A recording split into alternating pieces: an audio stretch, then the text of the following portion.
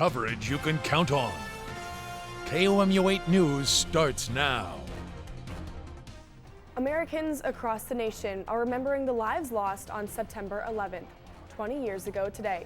Here in mid-Missouri, several communities are marking the day with ceremonies of their own. Good evening, everyone. I'm Peyton Headley. Thanks for joining us tonight. Missouri's capital city and its flagship university are among those marking the 20th anniversary of the September 11th attacks. KOMU 8's Ellie DeBeer is live on MU's campus to tell us how the university worked with the city of Columbia to observe the date. Ellie.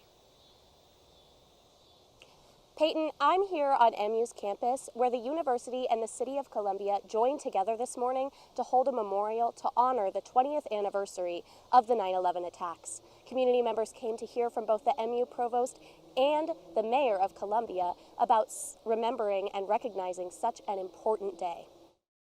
2 decades ago, one of the nation's most horrific tragedies occurred.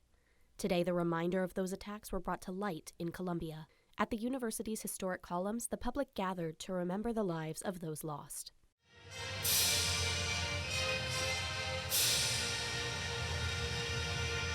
The ceremony began with the Joint Services Color Guard and City Honor Guards presenting the American flag, followed by the national anthem. Columbia Mayor Brian Treese shared his own experience from that fateful day. It was this overwhelming and profound call to be with those you love the most. Among dark times, Treese emphasized the importance of seeing the good. May we carry on the compassion and unity that we felt as a nation after these attacks. The memorial dedicated a wreath of flowers in front of the columns as a symbol of those lost and those who saved so many on that day. The university provost expressed how the hope and strength of the community moves America forward. We will come together, we will unite, we will overcome.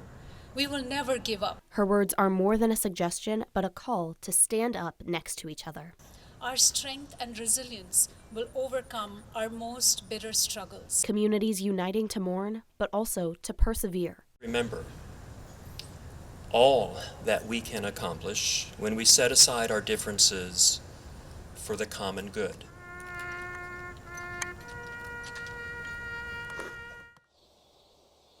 Both the university and the city hope that the memorial could honor those who gave their lives for the nation.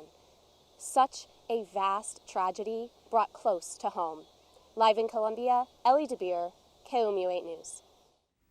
Missouri's Task Force 1 is just one of 28 FEMA urban search and rescue teams deployed for national emergencies, and their first ever deployment September 11th, 2001. Now, nearly 20 years later, KOMU 8's Ethan Absler caught up with those first responders and looked back on their first deployment. One of the darkest days in American history happened 2 decades ago, but for the first responders who saved lives that day, the memories are still vivid. Even here 20 years later, there's a lot of things that are vivid. Very surreal. Overwhelming. Those are just some of the words members of the task force used to describe Ground Zero. They sent 62 members to Manhattan that day where they performed search and rescue, medical aid operations, and more. To walk up to a pile of debris that's 10 stories, 20 stories tall and realize that used to be a 110-story building. To be able to walk up to a hole in the ground and look and see 5 or 6 stories down below. The force was deployed for 2 weeks following the attacks.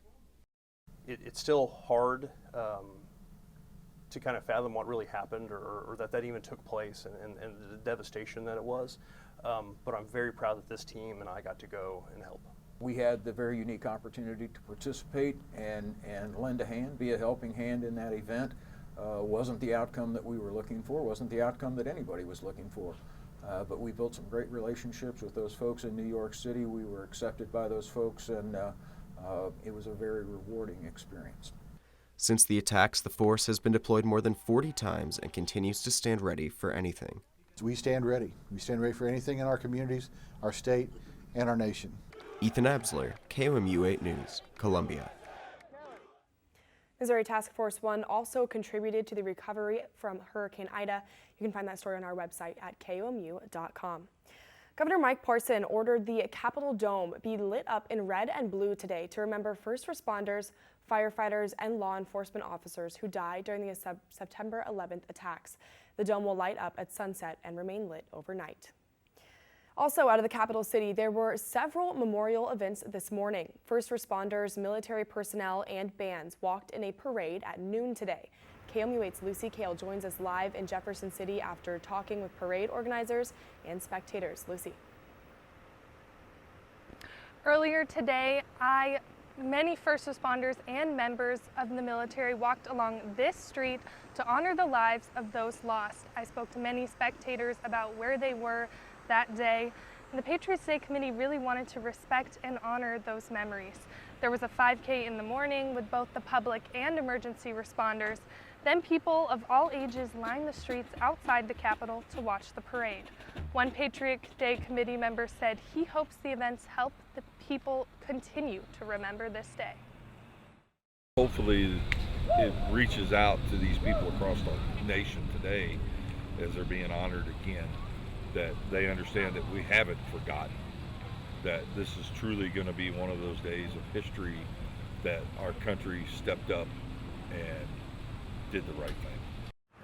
After the parade, people and spectators went to reflect on the names and mementos from that day. Reuter also said that he is thankful that the community could come together today. Reporting live in Jefferson City, Lucy Kale, KOMU8 News. The Missouri Military Academy Corps of Cadets also held a remembrance ceremony today in Mexico.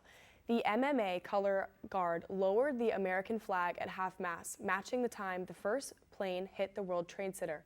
The ceremony included the playing of taps, followed by 2 minutes of silence. Corps of Cadets then marched to the Academy's Centennial Gymtorium to watch a video on 9/11. Well, taking a look at our temperatures right now here in Missouri, it's been another very hot on. I'll have more on that in rain in the full forecast. MoDOT is set to start work on Interstate 70 on Sunday night. Crews will be cleaning the concrete barrier wall along a 4-mile stretch of the interstate. Overnight drivers could see an impact in traffic. One lane will be closed between the hours of 7 p.m. and 6 a.m. each day. The project will be finished by Thursday, September 16th. Coming up, find out how emergency service organizations are helping Mid-Missourians prepare for emergencies. Plus, it's game number 2 for the Mizzou Tigers. We'll show you what's happening in Lexington before kickoff. Welcome back. September is National Preparedness Month. The Boone County Office of Emergency Management held their first annual preparedness fair today to celebrate the occasion. Vendors came to educate the community about emergency preparation and protecting others in emergency events. Many different emergency services came out to show their support. For many of these organizations, being prepared is not a last-minute task.